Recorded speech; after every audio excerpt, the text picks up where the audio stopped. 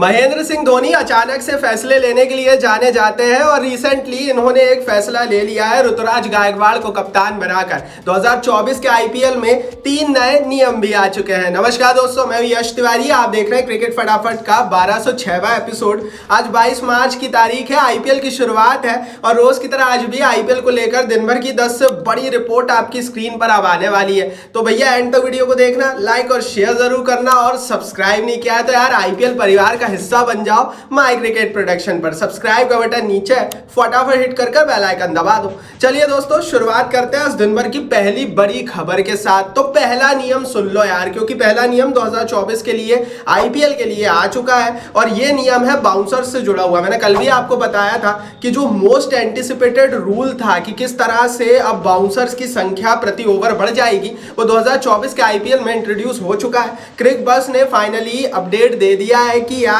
2 bouncer अब 2024 के IPL में रहेगी। अब ये जो 2 बाउंसर प्रति ओवर है, इसके क्या मायने हैं, किसको फायदा होगा किसको नुकसान होगा वो भी समझ लीजिए। क्योंकि अगर प्रति ओवर 2 बाउंसर अलाउड हो जाती है तो लंबे कद के तेज गेंदबाज मिचेल स्टार्क जैसे, अल्जारी जोसेफ जैसे, इन्हें फायदा होने वाला है। क्योंकि बल्लेबाज के दिमाग में हमेशा एक सवाल रहेगा कि यार इस ओवर में कब कहां कैसे बाउंसर पड़ जाए। दूसरा फायदा जो मुझे लगता है होने वाला है, और मैं पहले भी इस पर बोल चुका हूं, बहुत सारे लोग बात नहीं कर रहे हैं, वो है भैया बैकफुट पर तगड़े बल्लेबाजों को।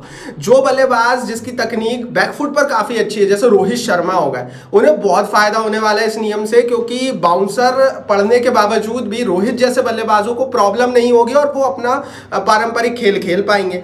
तो मेरे हिसाब से इन दोनों को फायदा है। लेकिन जो फ्रंट फुट पर तगड़े बल्लेबाज होते हैं ना, उनके लिए ये थोड़ा सा टेंशन में, स्पेशली ये जो युवा बल्लेबाज हैं जिन्हें अनुभव नहीं है इंटरनेशनल लेवल के गेंदबाजों को खेलने का, उन्हें इस नियम से थोड़ा सा नुकसान होगा। आगे बढ़ते हैं, दूसरी बड़ी खबर की बात कर लेते हैं। तो दूसरा नियम भी सुनते जाइए दोस्तों। दूसरा नियम 2024 के आईपीएल के लिए आ गया है और ये नियम पिछले साल की ही तरह है। 2 रेफरल्स प्रति इनिंग्स अवेल कर दिए बीसीसीआई ने और अब आप नो बॉल और वाइड बॉल पर भी रेफरल ले सकते हैं। हमने पिछले साल के आईपीएल में भी देखा था कि ये नियम था और उसके बाद आईसीसी टूर्नामेंट्स में भी ये नियम आया था, लेकिन इस नियम का इस्तेमाल बहुत ज्यादा नहीं हो रहा था। लेकिन इस बार बीसीसीआई ने सारी टीमों को कह दिया है कि भैया आप नो बॉल और वाइड बॉल पर भी नियम का इस्तेमाल करो, क्योंकि टाइमिंग की कोई लिमिट नहीं है। दरअसल होता यह है कि जब आप नो बॉल और वाइड बॉल पर भी रेफरल लेने लगते हो ना, तो उसमें समय काफी चला जाता है और एट द एंड फिर कप्तान के ऊपर पेनल्टी लगती है, बैन लगता है स्लो ओवर रेट के चलते। इसीलिए क्या हो रहा था कि कप्तान नो बॉल और वाइड बॉल पर रेफरल ले नहीं रहे थे उतना।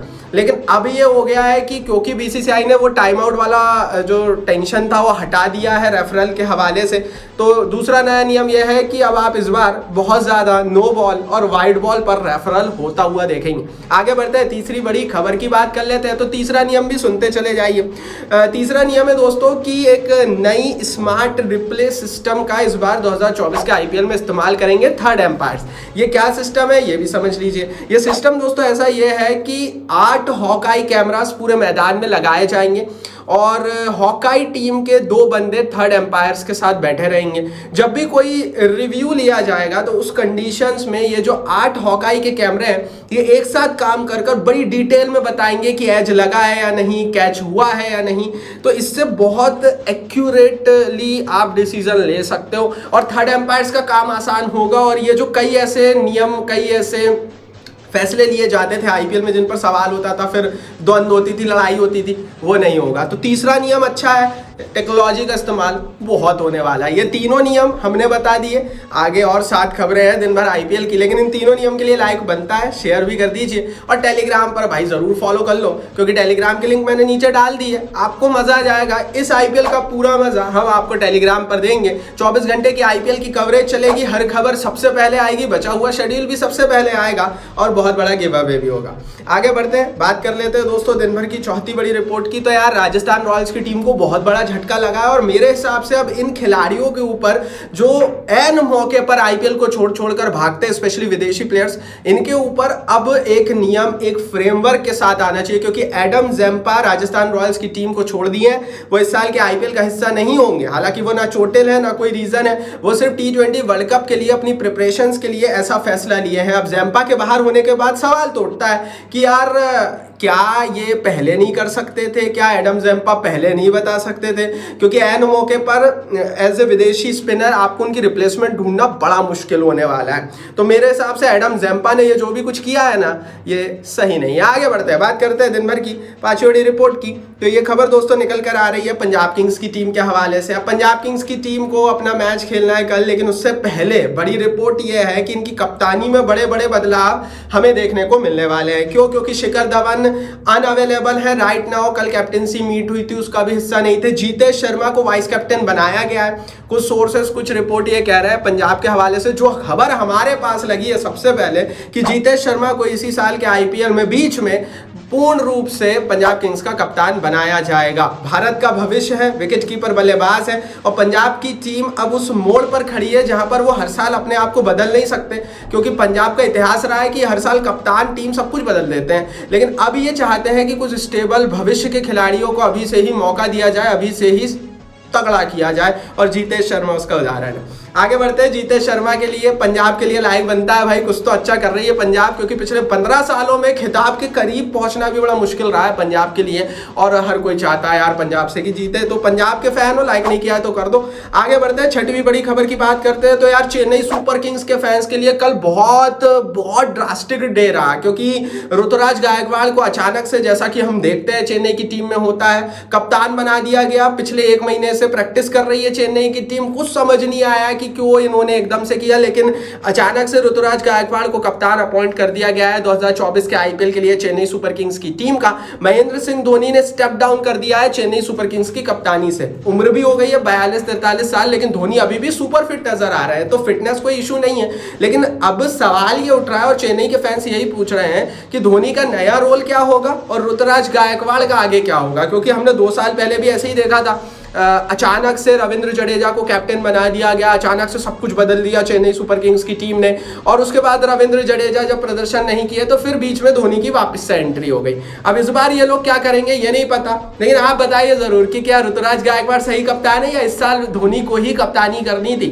अपनी राय कारण सब कुछ नीचे कमेंट बॉक्स में लिखकर बताइए, और चेन्नई के फैन हो तो बताओ और लाइक भी करो। आगे बढ़ते हैं दोस्तों, 7वीं बड़ी रिपोर्ट की खबर की बात करते हैं। तो धोनी के लिए हो सकता है ये अंतिम सीजन रहे, क्योंकि चेन्नई के कुछ सोर्सेस ये कंफर्म कर रहे हैं कि कप्तानी देने के बाद महेंद्र सिंह धोनी का जो रोल रहेगा वो बहुत लिमिटेड रहेगा 2024 के आईपीएल में। महेंद्र सिंह धोनी अब आराम करना चाहते हैं, और चेन्नई सुपर किंग्स को वो इसलिए नहीं छोड़ रहे थे क्योंकि उन्हें एक बेटर कैप्टन नहीं मिल रहा था, बट अभी इन्होंने ऋतुराज गायकवाड़ को कप्तानी दी है।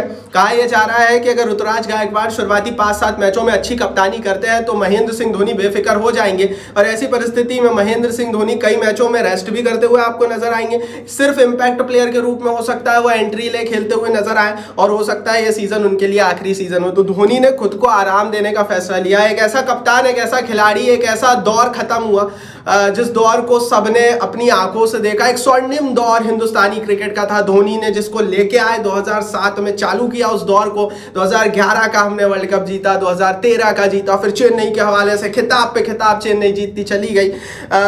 सब कोई भी नहीं चाहता कि धोनी हो, विराट हो, रोहित हो, ये दौर खत्म हो, क्योंकि हम उस दौर को देखते हुए बड़े हुए हैं। लेकिन देखो यार, जो दौर शुरू होता है वो जाएगा, और महेंद्र सिंह धोनी ने जो दिया है वो आराम भी डिजर्व करते हैं। अब देखते हैं वो कब आराम आएगा। और भाई मैं तो खुश हूँ, सिर्फ इम्पैक्ट प्लेयर के रूप में भी धोनी आ गए ना, तो वो जो 4 में आईपीएल जैसी लीगों का जो रोहित, विराट, धोनी जैसे प्लेयर लाते हैं, गेल तो चले गए, एबी डिविलियर्स भी चले गए, मलिंगा भी चले गए, ये जो पंक्ति थी, ये जो लाती है, ये तो भाई कम से कम 5 साल तो और मिलना चाहिए। आपकी क्या राय है कमेंट बॉक्स में बताना, और इन तीनों महारथियों के लिए लाइव बनता है। आगे बढ़ते हैं दोस्तों, 8वीं बड़ी रिपोर्ट की यहाँ से बात कर लेते हैं। तो कैप्टेंसी मीट हो गई चेपॉक स्टेडियम चेन्नई में। जीतेश शर्मा पंजाब के हवाले से हिस्सा बने, दिल्ली के कप्तान पंत भी आए, राजस्थान रॉयल्स के सूरमा सैमसन भी आए, अय्यर भी आए जो चोट का बहाना बना रहे थे, राहुल भी आए जो चोटिल है पर एनओसी मिल गई है, Pandya the great, the legend, the भगवान पंड्या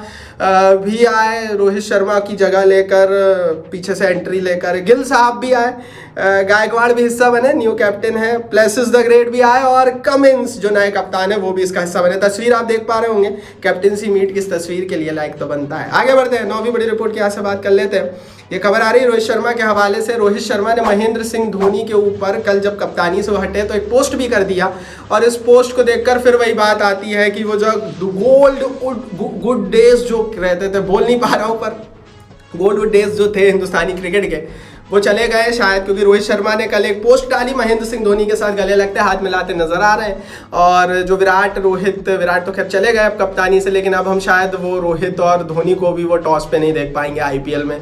आगे बढ़ते हैं, 10वीं बड़ी रिपोर्ट की यहाँ से बात कर लेते हैं। तो यार ये आ रही है डाटा के हवाले से। डाटा रिक्वायर्ड कितना रहेगा अगर आपको जियो सिनेमा पर आईपीएल देखना है, तो उसकी डिटेल भी सामने आ गई। अगर आप 480p पे आईपीएल मैचों को देखते हैं तो एक मैच के लिए आपका 1.5 GB का डेटा जाएगा। अगर आप 750p पर देखते हैं तो 3 GB, अगर आप 1080p पर देखते हैं तो 12 GB, और अगर आप 4K का मजा लेना चाहते हैं तो 25 GB का डेटा जाएगा। तो बेशक जियो वालों ने फ्री में दिया है आईपीएल, लेकिन कुछ भी फ्री नहीं होता, ये अंबानी साहब को भी पता है, दुनिया के हर शख्स को पता है, तो आपको डेटा में खर्च करना पड़ेगा। यदि दिन भर की 10 बड़ी खबरें, कमेंट बॉक्स में बताओ कौन सी खबर आपको अच्छी लगी, कौन सी नहीं, और क्यों। टेलीग्राम पर ज्वाइन कर लो, नीचे लिंक है। इस वीडियो को लाइक और शेयर करो। आज आईपीएल का पहला दिन है और चैनल को सब्सक्राइब नहीं किया है तो सब्सक्राइब का बटन नीचे हिट कर बेल आइकन दबाओ।